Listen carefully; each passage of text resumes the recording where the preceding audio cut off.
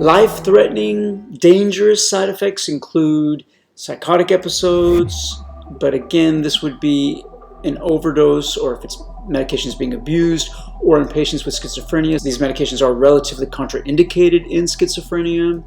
They do lower the seizure threshold, and so again, if the dose is too high, or if the patient overdoses, or if the patient has epilepsy, or is taking other medications and combining them, other medications that also lower the seizure threshold, you could get seizures that could be very serious.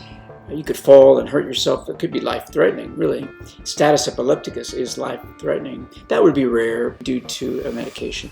Palpitations, because these medications increase heart rate, so you can get tachycardia, which is elevated heart rate, as well as hypertension. You do have to monitor hypertension in these patients. You have to monitor blood pressure, and a person who has severe uncontrolled hypertension cannot take stimulants. So a person that just has high blood pressure would be a relative contraindication, not necessarily not a medication that you couldn't use. You would have to do the risk-benefit analysis.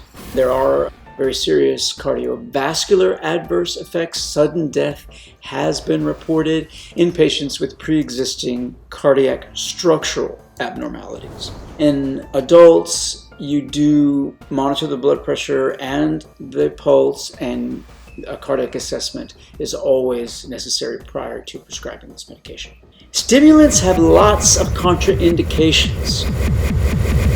Some of these are absolute contraindications, some are relative contraindications. It depends upon the severity. You always do a risk-benefit analysis. You always discuss in detail your particular case, your particular history and symptoms with your physician. Patients with high anxiety, poorly controlled anxiety and agitation, tic disorders, especially Tourette's, atherosclerosis, including coronary artery disease. Other cardiovascular disease also needs to be reviewed. Cardiomyopathy, which is disease of the actual cardiac muscle, the heart muscle itself.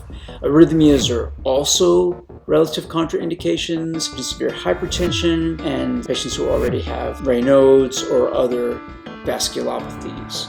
You also want to be very careful in patients with glaucoma, and specifically narrow angle glaucoma could exacerbate that, and it could lead to blindness in the worst case scenario.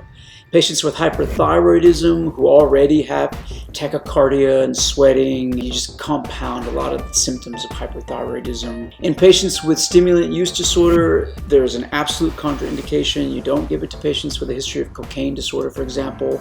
Other use disorders, there is a relative contraindication. So you can use stimulants safely in some alcoholic individuals, but other alcoholics or Xanax addicts that also like to smoke marijuana and have abused psychedelics, etc., polysubstance dependency, a lot of those individuals are at much higher risk of also abusing stimulants, particularly amphetamine. Patients that are experiencing psychosis, certainly absolute contraindication. Patients that are prone to psychosis, such as patients with schizophrenia and bipolar disorder, and then patients that are just emotionally unstable. You would want to be very cautious about using amphetamines in patients who are moody, who are impulsive, and who have poor control of their behavior.